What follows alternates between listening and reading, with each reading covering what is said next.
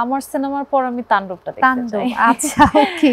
কোরবানি ঈদের সময় আসলে আমি ইউজুয়ালি ঈদের প্রথম একদিন কি দুদিন দরজা লাগিয়ে বসে থাকতে হয়, বাট এইবার সেটা করতে পারছি না। দরজা লাগিয়ে কেন বসে থাকতে হয়? আমার খুব একটু আনইজি মনে হয় যে রক্তের গন্ধ বা একটা সবকিছু মিলে আমার একটু ব্লিচের গন্ধ, এটা আমি নিতে পারি না।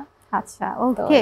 তো আসলে ঈদের সময়টাতে তাসনিয়া ফারিনের মায়ের কোন খাবারটা সবচেয়ে বেশি পছন্দ, মায়ের হাতের রান্নার? ঈদের সময় তো আসলে সবাই গরু মাংসটাই বেশি রান্না করে, বা এছাড়া আমার মা সেমাই বা কাস্টার্ড বা ডেজার্ট বা অন্যান্য জিনিসও করে, সবই ভালো হয়। ওকে। তো তাসনিয়া ফারিনের মায়ের হাতের রান্নার বিষয় তো জানলাম, আসলে তাসনিয়া ফারিন কি কিছু রান্না বান্না করতে পারে? আমি আসলে রোজার ঈদে রান্না করি, কোরবানিতে যেটা বললাম যে প্রথম 7 দিন করি না, তারপর আস্তে আস্তে হয়তো একটু স্টেক করতে ভালো লাগে বা একটু কাবাব বানালাম, একটু ডিফারেন্ট কোনো কিছু এক্সপেরিমেন্ট করা যায় কিনা গরুর মাংস দিয়ে, সেটা ট্রাই করি। আচ্ছা, তো ইনসাফ সিনেমায় নিজেকে বড় পর্দায় দেখে আসলে তাসনিয়া ফারিনের কাছে কেমন লাগছে ঈদের সময়টাতে? এটা এখনো হয় নাই, এখনো হয় নাই না বলি, কারণ মিথ্যা কথা, এটা তো বলতে চাই না। আচ্ছা, মানে আপনারা যারা আছেন তারা কিন্তু সবসময় শুটিং নিয়ে ব্যস্ত থাকেন, সাজগোজের মধ্যে থাকেন, নতুন নতুন আউটফিট কেনার মধ্যে থাকতে হয় সবসময়, এক একটা ক্যারেক্টার এক একটা আউটফিট থাকে, কিন্তু ঈদকে কেন্দ্র করে কি নতুন কোনো আউটফিট কেনা হয় কিংবা স্পেশাল কোনো সাজগোজ এরকম থাকে কিনা? আমার ক্ষেত্রে তো সেটা হয় না, কারণ আমার মোটামুটি শুটিং এর আউটফিটই কেনা হয়, বাট লাস্ট 2-3 ঈদ ধরে দেখছি যে একটু নিজের জন্য না হলেও পরিবারের জন্য কেনাকাটাটা বেশি করা হচ্ছে। আচ্ছা, তো ঈদ মানে তো উপহার, তাসনিয়া ফারিনের মানে হোল লাইফে এখন পর্যন্ত এমন কোন উপহার পেয়েছে যে উপহার আসলে এখনো খুব স্মরণীয়, খুব বিশেষ কোন উপহার? স্মরণীয় বলতে আমার মনে হয় যে দ্য মেমোরিজ আইভ ক্রিয়েটেড, ওগুলোই আমার কাছে সবচেয়ে সেরা উপহার। আচ্ছা, ওকে। তো এবার ঈদে তো অনেকগুলো ভালো ভালো সিনেমা মুক্তি পেয়েছে, সবগুলো সিনেমাই কি হলে যে দেখা হবে? আমার তো ইচ্ছা আছে যে এবার মনে হয় 6টা সিনেমা মুক্তি পেয়েছে, তো ইনসাফ বাদে বাকি যে 5টা সিনেমা আছে এগুলো সবগুলোই আসলে একে একে দেখতে চাই। আচ্ছা, তার সর্বপ্রথমে কোন সিনেমাটা দেখার ইচ্ছা আছে? আমার সিনেমার পর আমি তাণ্ডবটা দেখতে চাই। আচ্ছা, ওকে। ভালো। তো ইনসাফ সিনেমার কি মনে হয় যে কোন দিকটা আছে যার জন্য আসলে দর্শকরা আকৃষ্ট হয়ে সিনেমা হলে গিয়ে সিনেমা দেখবে? আমার মনে হয় যে এটা অনেক একটা ডিফারেন্ট টাইপের সিনেমা, এই ধরনের কমার্শিয়াল সিনেমায় কাজ করার সৌভাগ্য হয়েছে আমার, এটাই আমার জন্য অনেক বড় পাওয়া।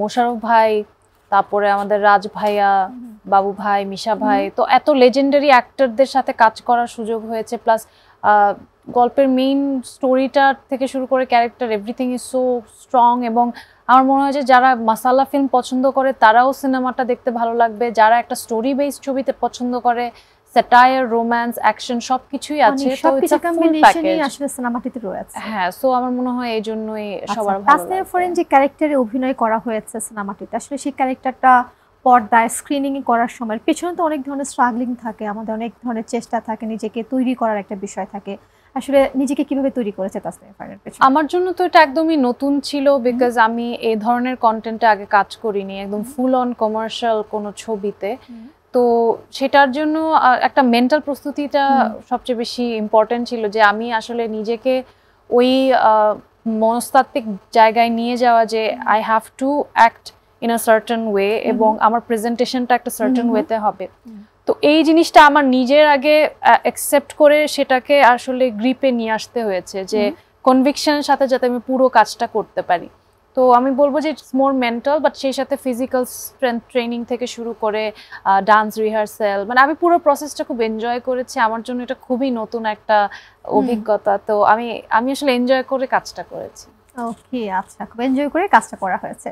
তো আসলে এই ইনসাফ সিনেমায় যে ক্যারেক্টারটিতে আপনি অভিনয় করেছেন, আসলে বাস্তবে যদি তাসনিয়া ফারিনকে আমরা একটু কম্পেয়ার করতে বলি, বাস্তব ক্যারেক্টারের সাথে কতটা মিল রয়েছে কিংবা অমিল রয়েছে?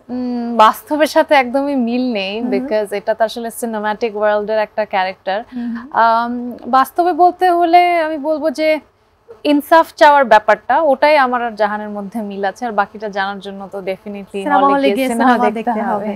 আপনি বলছিলেন যে অনেক লেজেন্ডারি অ্যাক্টর এখানে কাজ করেছে এবং আপনার কো আর্টিস্টও রয়েছে এখানে, অনেকেই কাজ করেছে, আসলে তাদের সাথে কাজ করার অভিজ্ঞতা কেমন, তারা কতখানি হেল্পফুল ছিল? অবশ্যই খুবই পজিটিভ, আমার পুরো ছবির অভিজ্ঞতাটাই খুবই পজিটিভ, খুবই স্মুথলি আমরা সবাই কাজটা করেছি। শুধুমাত্র অ্যাক্টর না, যারা কলা কৌশলী ছিলেন প্রত্যেকে তাদের নিজ নিজ জায়গা থেকে বেস্টটা দেওয়ার চেষ্টা করেছেন।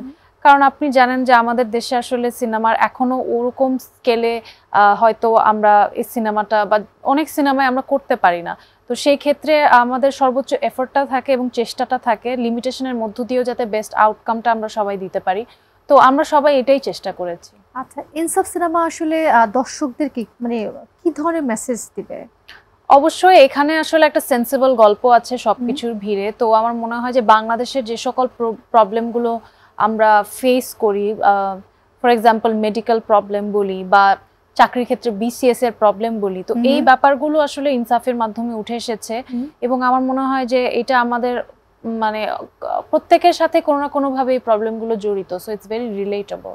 আচ্ছা, তো ইনসাফ সিনেমার শুটিং আসলে লোকেশনটা যদি জানতে চাই কোথায় হয়েছে? কোথায় আমাদের শুটিং ঢাকা, গাজীপুর, শ্রীমঙ্গল, তারপর সিলেটের বিভিন্ন লোকেশনে হয়েছে। এভাবে ইনসাফ সিনেমায় কাজ করতে যে কি এমন কোন ধরনের মজার অভিজ্ঞতা, মজার ঘটনা এমন কিছু ঘটেছে যেটা আসলে মনে পড়লে এখন হাসি পায় কিংবা কষ্ট লাগে এরকম কোনো কিছু? কাপড়ের টেনশন আছে সলিউশন, চাকা অল ইন ওয়ান, চাকা অল ইন ওয়ান। কাপড় ধোয়ার একটাই সলিউশন, চাকা অল ইন ওয়ান।